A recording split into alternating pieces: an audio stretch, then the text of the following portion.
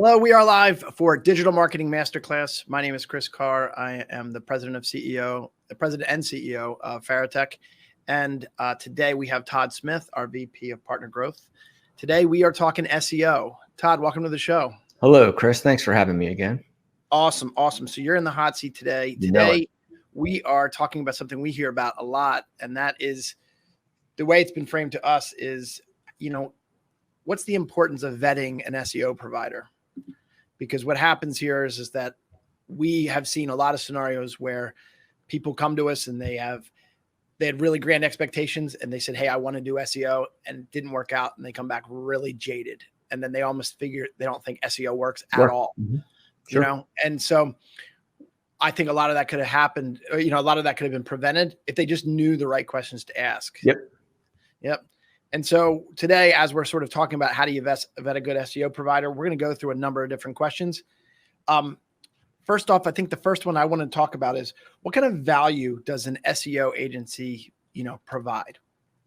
Well, I think the largest, sort of the biggest overarching value is the fact that at Farotech, we talk a lot about systems, not solutions. So we put together a system that's going to get you critical keywords on Google and Bing. So I like this analogy just because it's coming up pretty quickly, Chris. January 1st, what's one of your New Year's goals going to be? For me, it's the same one every year. I'd like to lose about 30 Lose weight. Okay. You're like 95% of everybody else. My, New Year's goals are I want to go to the gym. I want to lose weight. So what people do is they go out, they buy the gym memberships, they buy the total gyms, they do all these, they buy all these goofy contraptions. They think they're going to make them lose weight, right? But what happens is they're really just buying solutions, not a system. Right. So it's the same thing. So you might have a marketing goal for men. I want to rank so much better in 2021. Right. Well, it's one thing to have the intention. It's another thing to have a system behind it to do that. So it's the same concept. So to answer your question, it's really just coming up with a system. Now, what's interesting about that system is that it's not only a system, but it's also having the pieces and the players in the background. So there's two parts of that. The pieces would be the software piece. One of the things that we pride ourselves at Farotech is that we spend a lot of money on software. We do. We do. So whether it's for HubSpot or if it's search engine software or video software, whatever it is, right? We spend a lot of money in software, and then we spend a lot of money becoming experts in that software program. So that's kind of for me, the differentiator is making sure that you have a system in place, and then making sure that you have the right tools in place, and then making sure that you have the right people in place to execute the tools. Yeah, well, let's talk about people. So my next question is, why can't my team just try to do SEO, ourselves? Well, you can. You absolutely can. The biggest reason why it's difficult for your team, one is just content overload. There is so much content out there. I think there's, at last count, there's somewhere around 2 billion blogs on the internet, right? And I think at last count, there's somewhere around 7 billion people on the world, right? So that's almost, one blog for every 3.5 people, which is just insane. It's just so much content, right? So you have this content overload, right? So where do I start? How do I create content that's a little different, right? How do I create content that's valuable? I always talk about the expression "whiff 'em." Oh, sure. Right. So what's in it for me? Right. Right. So your content really needs to be written from the aspect of the reader. So as you're writing content, not only does it have to be quality content, not only does it have to have, good keyword analysis, but it's got to have this sort of what's in it for me? Why is the reader reading this? What's the value coming to it? So a customer could definitely do it themselves, but it takes a lot of work. It takes a lot of research. It takes a lot of time.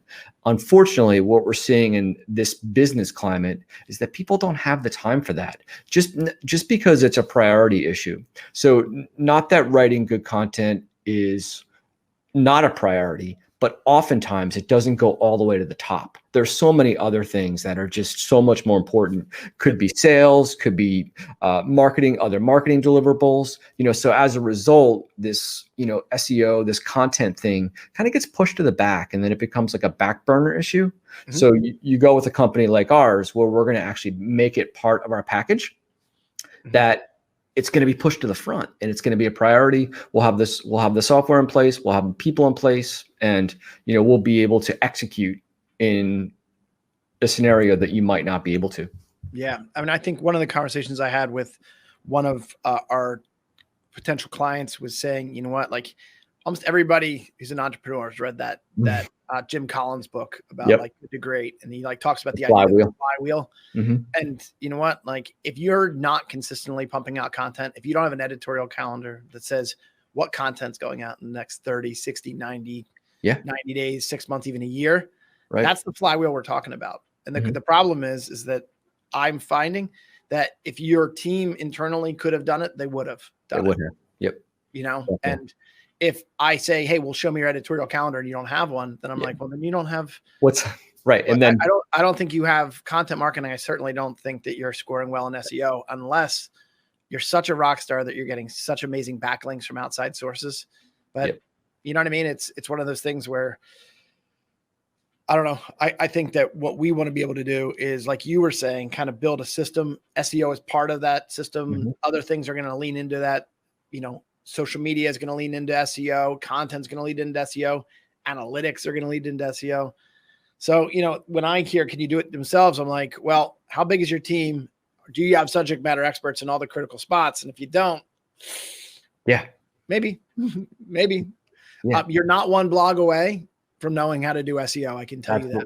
That's for darn sure. Yeah. Yep. So the next question I would say is, how do you measure success with SEO? So people look at it differently. And SEO companies will look at it differently. Some might look strictly at rankings, being able to move you up the page. Some might look at, well, look, we got, 40 keywords to rank in the top 3, and now we're at 60, so that's success. Those are all valuable metrics, but those aren't the ones that we use primarily.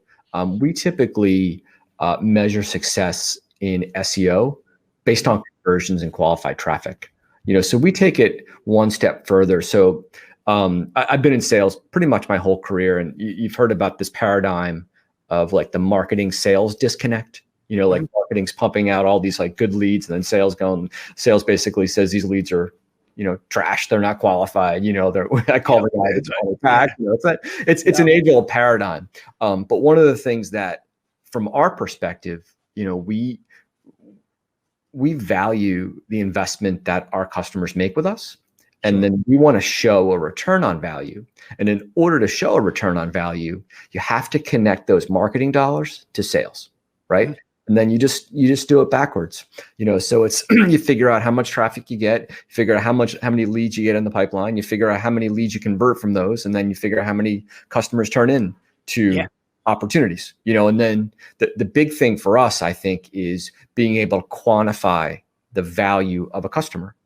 So whether it's like a transactional customer or whether it's a recurring customer, figuring out what the value of that customer is, so that we can tie it back and say, this strategy that we put in place 3, 6, 9 months ago, right, is now paying off because we were able to generate, XYZ client for you at $250,000. Yeah. So, I mean, those are some of the things that I think are interesting. I mean, I think to even piggyback on that, you got a couple different things. From an SEO perspective, there's a lot of SEO companies that say, what keywords do you want to rank for? And the judge of their success is also, okay, I got those keywords to rank. But you could be ranked on the first page of Google for, the best words in the world. Right. That doesn't mean that it's actually converting. Mm-hmm. And so I think one of the things that we strive to do is say, hey, you know what? We're going to figure out what keywords are going to bring qualified traffic. And then once they get on your website, I'm going to measure everything to make sure that it's growing and that we're seeing consistent results. But we're also going to put cookies or tracking code on your thank you page of your critical forms, so that when you have forms that are completed, the only way you could get to that page is because it's on the thank you page. And now I'm able to say this traffic turned into these form submissions. And so if it's a first time appointment or call for a consultation, we know that, right? We know where it's coming from. We know the source. Yeah. Mm-hmm. Yeah.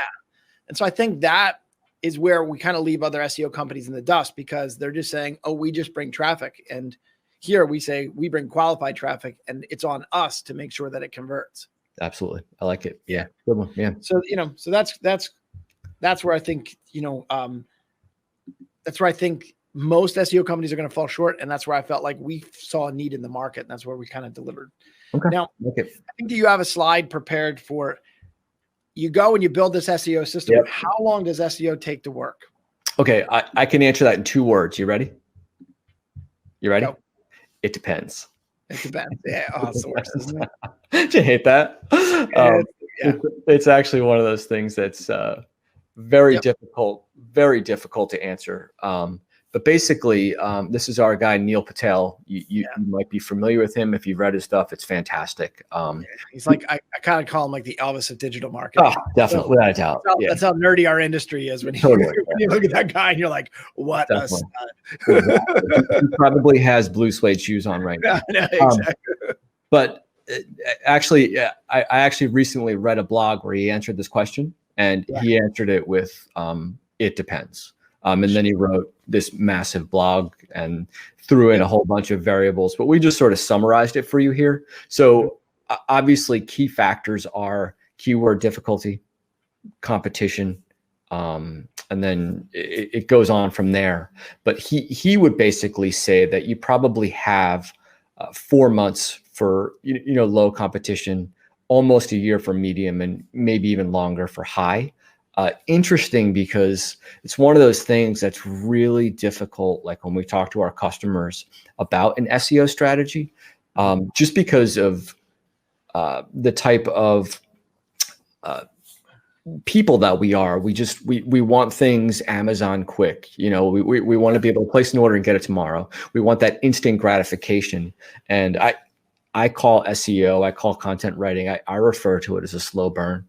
It's just one of those things that has to be developed, and it has to be tweaked, and it's got to be consistent. Like you talked about with the editorial calendar, it has to be systematic, and you have to be patient. Unfortunately, it's one of those things that you can't get into the SEO game and find out that you've got these 3 or 4 keywords and you want to rank tomorrow. That's not going to happen. So one of the things that we do on the sales end is, I love to set expectation for client. So it's one of those things that we really have to keep, sort of beating that drum in sense that, hey, this is something you have to do. You have to do all the research right now. You have to write all the content right now, and then you have to schedule it out. But give me a year to get back to you on that. It's a challenging thing. But and that's where I think that if you are just trusting SEO alone, you're gonna have problems. And so what I mean by that, is when you go and you say, Mr. Client, you're gonna pay me for 4 months and you might not even see results. He's gonna be like, that's crazy. Where do I sign? Yeah. So like one of the things that I think that SEO sort of has to do is it has to fit in with other parts of your marketing. So while I'm waiting for keywords to get on the first page of Google, I've also have to do certain things. I got to clean up your website. I got to make sure your website's airtight from an online perspective. I got to clean up your directories to improve your domain authority. Then I got to develop an editorial calendar. Then I got to write content. Then I got to see if it ranks. If it doesn't rank, I got to re-optimize because not everything, it's like spaghetti. Not everything sticks. And even if I get on page 1, that doesn't mean I'm number 1 on page 1, which is our goal.